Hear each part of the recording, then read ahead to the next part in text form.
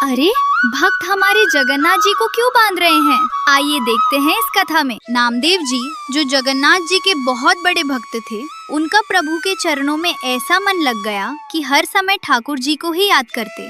बचपन में जब बालक गलियों में खेलते, तब नामदेव जी मंदिर की चौखट पर खड़े होकर बस यही निहारते कि कब मैं अपने प्राण प्रिय ठाकुर जी की सेवा कर पाऊंगा। इनके नाना जी जो थे, वो ठाकुर जी की बड़ी लाड़ चाव से सेवा करते थे।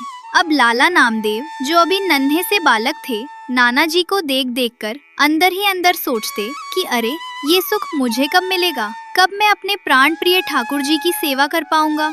एक दिन रहा नहीं गया, बालक नामदेव अपने नाना जी से बोले, नाना मुझे भी सेवा लीजिए ना। नाना जी बोले, अरे लाला तू तो अभी बहुत छोटा है, थोड़ा बड़ा तो हो जा। नामदेव जी थोड़े बड़े हुए तो फिर वही जिद पकड़ ली। बोले, अब तो मैं बड़ा हो गया हूँ, अब तो मुझे सेवा करने दीजिए। नाना जी बोले, देखो अभी तो मैं हूँ, जब मैं कभी कहीं दूर जाऊंगा तब तुम सेवा कर लेना। अब तो नामदेव जी रोज सुबह उठकर नाना जी की राह तके। पूछे, नाना आप कब जाओगे, आपको कोई काम नहीं है क्या? अरे आप कहीं दूर तीर्थ क्यों नहीं चले जाते, थोड़े दिन बाहर घुमाओ। अब सोचिए, ठाकुर जी की भी कैसी विचित्र लीला है। उन्हें अपने भक्त की व्याकुलता भली लगती है। ठाकुर जी ने भी सोचा कि ये लाला मुझे इतनी विरह भरी दृष्टि से देखता है, अब तो इसकी सेवा पाकर ही रहूंगा। नाना जी वैसे तो बड़े बड़े कार्यों को भी ठुकरा देते थे कि सेवा नहीं छोड़ूंगा, पर एक दिन ऐसी योजना बनी कि उन्हें तीर्थ यात्रा पर जाना ही पड़ा। महीनों का समय लगना था।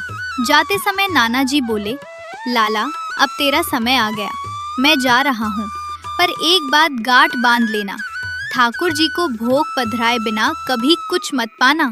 पहले ठाकुर जी पाएंगे, फिर तू पाना। नामदेव जी तो खुशी के मारे नाचने लगे।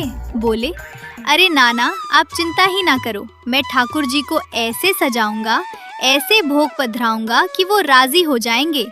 मैं और मेरे ठाकुर अब हम दोनों खूब आनंद करेंगे। नाना जी चले गए। नामदेव जी ने सुबह स्नान किया, ठाकुर जी को बड़े लाड़ से नहलाया, केसरिया चंदन लगाया और फिर थाली सजा कर लाए। नाना जी ने सिखाया था कि बिना भोग लगाए पाना नहीं है। नामदेव जी ने थाली सामने रखी और हाथ जोड़कर बैठ गए। थोड़ी देर हुई, ठाकुर जी तो पाषाण की मूरत बने चुपचाप खड़े हैं। नामदेव जी बोले, अरे आप पा क्यों नहीं रहे, क्या भोग में कुछ कमी रह गई है? प्रभु कृपा करके पा लीजिए, देखो अगर आप नहीं पाओगे तो मैं भी नहीं पाऊंगा। एक दिन बीत गया, नामदेव जी ने अन्न का दाना नहीं पाया। दूसरा दिन आया, बालक की आंखें पथरा गईं, भूख से शरीर टूटने लगा।